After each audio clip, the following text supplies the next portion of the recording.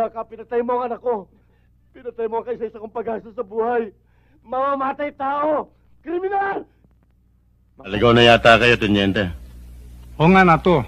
Kasama ko si Rodriguez. Pulis din. Na-importa ng opisina mula sa probinsya ng Tubigo Norte. Bakit? Ano ba kailangan niyo sa akin? Mayroon lang na ilang bagay na gusto siyang itanong sa'yo. Naku, Teniente.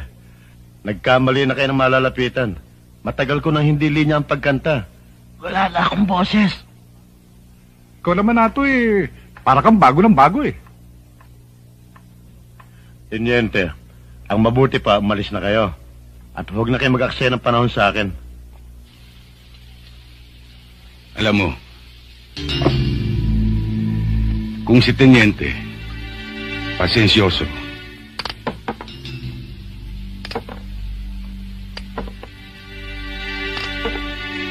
ako, maiksi ang PC ko. Hoy, huwag mo akong paandaran yan, ha? Hindi mo ako kayang takutin ng ganyan lang. Sanay ito. Dalawa lang naman yan Sagutin mo ako. O sagutin mo ito. Naku, ano? Teka. Baka matapat sa may bala. Baka itulak ng demonyo yan. Pumutok. Yan ang hindi mo na malalaman. Sabihin mo, sasagutin ko. May boses na ako. Paupo ka. Dito ka kumanta. Isa na namang magaling na kontrabida, ang tatalakayin ko sa video na ito. Alamin natin, kung paano siyang nagsimula, sa industriya ng pelikula. At ang kanyang mga pagpupunyagi, upang marating ang tuktok ng kasikatan, na dulot ng kanyang kahusayan sa pag-arte. Ito mga lods, ang magiging topic ko ngayon. Kung gusto nyo ng ganitong klaseng content, mangyaring pindutin lamang ang subscribe button, at i-click na rin ang notification bell, para lagi kayong updated sa mga susunod kong videos. Halika't, alamin natin ang maikling kwento ng buhay, at naging sanhi ng kamatayan, ng isang magaling na kontrabida, sa mga pelikulang Filipino. Pero bago ang lahat, ay isang maikling intro muna tayo.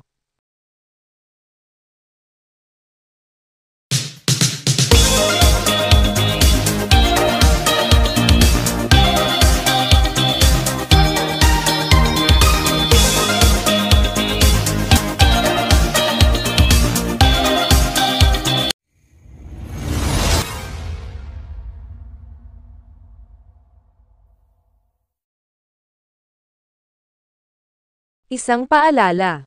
Ibig ko lamang pong ipabatid sa mga taga-subaybay at manonood ng munting channel ko, na ako po ay hindi eksperto. Ang mga kwentong mapapanood nyo sa channel ko, ay hindi nagsasaad ng tama, at eksaktong impormasyon, tungkol sa pagsasalarawan sa subject ng topic ko. Ito ay bunga lamang sa aking mga pananaliksik. Maraming salamat po.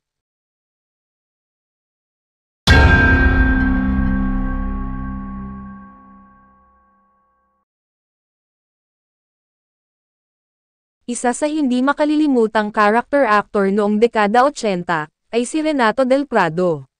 Siya ay isang versatile actor, na kahit anong klaseng papel sa pelikula ang ipagawa, ay kayang-kaya niyang gampanan. Sa panahon ngayon, marahil ay marami sa atin ang hindi nakakakilala sa kanya, ngunit tinitiyak kong marami pa rin sa atin ang nakakakilala sa kanya, sapagkat halos lahat ng pelikulang action, at higit sa lahat, ay halos lahat din ng action star ay nakasama na niya, maging bida man ito, o kontrabida. Kaiba ang dating ng karisma ni Renato sa masa, sapagkat, bagamat malumanay siya sa kanyang pagsasalita, ay napakalupit naman niya kapag siya ay gumaganap na sa kanyang papel bilang kontrabida. Sa tindig at ayos pa lamang, dagdag pa ang kulot niyang buhok at balbas, ay talaga namang ito'y nakakadagdag ng puntos, sa pagiging astig na kontrabida. Si Renato Natividad Mateo, na mas kilala sa kanyang screen name bilang Renato del Prado, ay isang Filipino character actor sa pelikulang Pilipino, noong kanyang kapanahunan. Isa siyang versatile actor, ngunit kadalasang ginagampan ng papel niya ay kontrabida. Ipinanganak si Renato Natividad Mateo, noong January 26, 1940, sa Metro Manila. Siya ay may asawa, at may 6 na mga anak. Ang bunso niyang anak na si Janos, ay kapwa-artista rin sa pelikula at telebisyon. Nag-umpisa si Renato sa mundo ng pelikula, bilang isang extra, at kadalasan ay gumaganap siya bilang isang stuntman at double ng bida. Dahil marahil sa galing niyang umarte, at porma niyang talaga naman astig ang dating, ay agad siyang napansin ni Jose Vera Perez, ang executive producer ng Sampaguita Picture, noong dekada 60. Bagamat, madalas na kontrabida, ay binigyan talaga si Renato ng exposure, upang makilala sa pelikula. Dahil sa husay niyang gumanap sa mga papel niya sa pelikula, ay hindi siya nababakante, dahil madalas siyang kunin, upang maging kabahagi ng pelikulang ginagawa ng mga sikat na bida, noong kanilang kapanahunan. Ilan pa nga sa mga nagawa niyang pelikula, ay ang mga sumusunod. Kapitan Eddie Set, Mad Killer of Cavite, noong 1974, na pinagbibidahan ni Ramon Revilla Sr. Daniel Bartolo, ng Sapang Bato, noong 1982, na pinagbibidahan ni Daking, Fernando Poe Jr. Rambuto, noong 1985, na pinagbibidahan ni Palito, kasama sina Pia Moran, at Dencio Padilla. Iyo ang Tondo, Kanya ang Cavite, noong 1986, na pinagbibidahan ni na Fernando Poe Jr., at Ramon Revilla Sr. Muslim 357, noong 1986, na pinagbibidahan ni Fernando Poe Jr. Boy Negro, noong 1986, na pinagbibidahan ni Philip Salvador. Alias Pogi, noong 1990, na pinagbibidahan ni Ramon Bong Revilla Jr. Leon ng Maynila, Lieutenant Colonel Romeo Mag-Anto Story, noong 2000, na pinagbibidahan ni Ramon Revilla Jr. At, ang kahuli-hulihan niyang pelikulang ginawa, ang Lapu-Lapu, noong 2002, na pinagbibidahan ni Lito Lapid. Si Renato del Prado, ay mas higit na nakilala, sa kanyang mga pagganap bilang Guido, sa soap ng GMA Network na, Analiza, noong dekada 80. At noong 2005, dahil marahil sa paghina ng pelikulang Filipino, lalong-lalo na ang action, ay napagpasyahan ni na Renato del Prado, kasama ng buo niyang pamilya, na manirahan na sa Estados Unidos. Si Renato del Prado ay namatay, noong November 1, 2013, sa Chula Vista, California, USA, dahil sa colon cancer. Siya ay namatay, sa edad na 73 taong gulang lamang. Siya ay inilibing, sa Glen Abbey Memorial Park.